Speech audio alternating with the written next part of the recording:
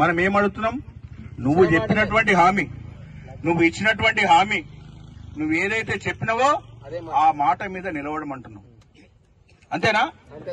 ఇంకేమన్నా కొడంగల్కి ఏమన్నా అడుగుతున్నామా? కొడంగల్ నుంచి అయితే మనం ఏం భూమి అడుగుతలేం కదా, ఇంకొక మినిస్టర్ పదవి అయితే అడుగుతలేం కదా. అడుగుతున్నామమ్మా? కలెక్టర్ పదవి అడుగుతున్నామమ్మా? ఏం అడుగుతున్నాము? మా న్యాయమైనటువంటి కోరికలు, మా న్యాయమైనటువంటి డిమాండ్లు ఏవైతున్నాయో గతంలో బీఆర్ఎస్ పార్టీ అధికారంలో ఉన్నప్పుడు ఒక ప్రతిపక్ష నేతగా, పీసీసీ ప్రెసిడెంట్ గా నువ్వు ఇచ్చినటువంటి హామీను గుర్తు చేస్తా ఉన్నాం. అంటే ఏమైతుంది ఇక్కడ? బీఆర్ఎస్ పార్టీ అధికారంలో ఉన్నప్పుడు వాళ్ళ కుటుంబం, ఇప్పుడు కాంగ్రెస్ పార్టీ అధికారంలో ఉన్నప్పుడు ఏది చేయాలన్నా, ఏది జరగాలన్నా ఢిల్లీ నుంచి సంకేతం వస్తేనే ఇక్కడ జరుగుతుంది తప్పితే వాళ్ళ కుర్చీలు, వాళ్ళ పదవులు కాపాడుకోవడానికి ప్రయత్నం చేస్తున్నారు. కానీ తెలంగాణ ప్రజల యొక్క డిమాండ్లను, ఆశయాలను, ఎన్నికల సమయంలో ఇచ్చినటువంటి ఏవైతే హామీలు ఉన్నాయో వాటన్నిటిని కూడా మర్చిపోతా ఉన్నారు. మరి మీ న్యాయమైనటువంటి డిమాండ్లు ఏవైతున్నాయో తప్పకుండా భారతీయ జనతా పార్టీ మీ డిమాండ్లకు, మీ దీక్షకు మేము అండదండలుగా ఉంటాం. మీ కోరికలు, మీ డిమాండ్లు సాధించేటంత వరకు కూడా మీరు కలిసిమెలిసిగా ఉండండి, మీరు కష్టపడండి.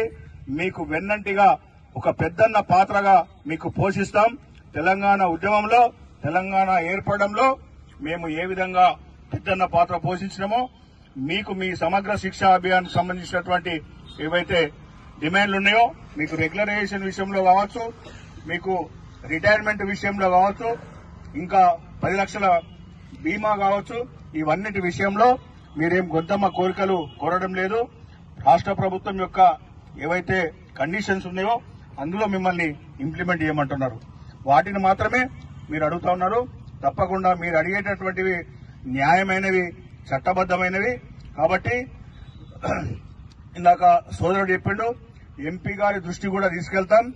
కేంద్ర ప్రభుత్వంలో కూడా, అదేవిధంగా అసెంబ్లీలో కూడా, త్వరలో అసెంబ్లీ జరగబోతా ఉన్నది.